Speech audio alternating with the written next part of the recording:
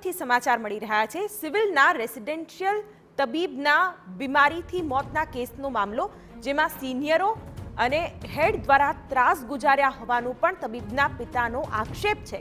Doctor રામાણીના પિતાએ dean તેમજ PM સહિતનાને ફરિયાદ પણ કરી છે। 31મીએ ડોક્ટર રામાણી બેભાન થઈ હોસ્પિટલમાં દાખલ કરાયા હતા, ત્યારે તબીબોની ટીમે કહ્યું હતું કે કામ નથી કરવું એટલે તો બીમારીનું નાટક કરે છે। ત્યારે સિનિયર રેસિડેન્ટ તબીબો દ્વારા રેગિંગ થયું હોવાનો પણ ગંભીર આક્ષેપ લગાવાઈ રહ્યો છે। સિનિયરો જે ઉપરના ડોક્ટરો હોય અને જે યુનિટમાં કામ કરતા એમાં બધા જો કે સિનિયરો એવા નથી હોતા, પણ અમુક એવા સિનિયરો છે કે એને હેરાન કરતા। રાજેન્દ્રએ ખુદ મને કીધેલું છે, આગળ નામ સહિત એને જણાવેલું છે।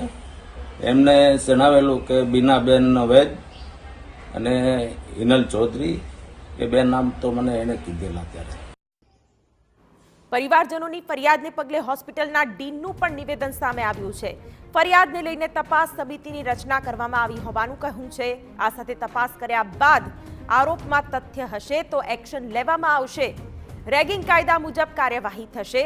ડોક્ટર રાજેન્દ્ર રામાણીના મોતથી સિવિલમાં દુઃખનો માહોલ હોવાનું પણ ડીને નિવેદનમાં કહ્યું છે।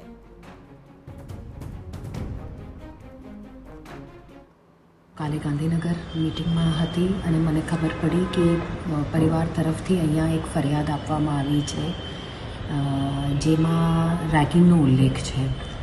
તો અમે એક સમિતિની રચના કરી છે સિનિયર ટીચર્સની। એ સમિતિ એ બાબતમાં તપાસ કરશે અને અમારા સમક્ષ રિપોર્ટ રજૂ કરશે અને રિપોર્ટમાં જે તથ્ય મળશે એની મુજબ એક્શન લેવાશે।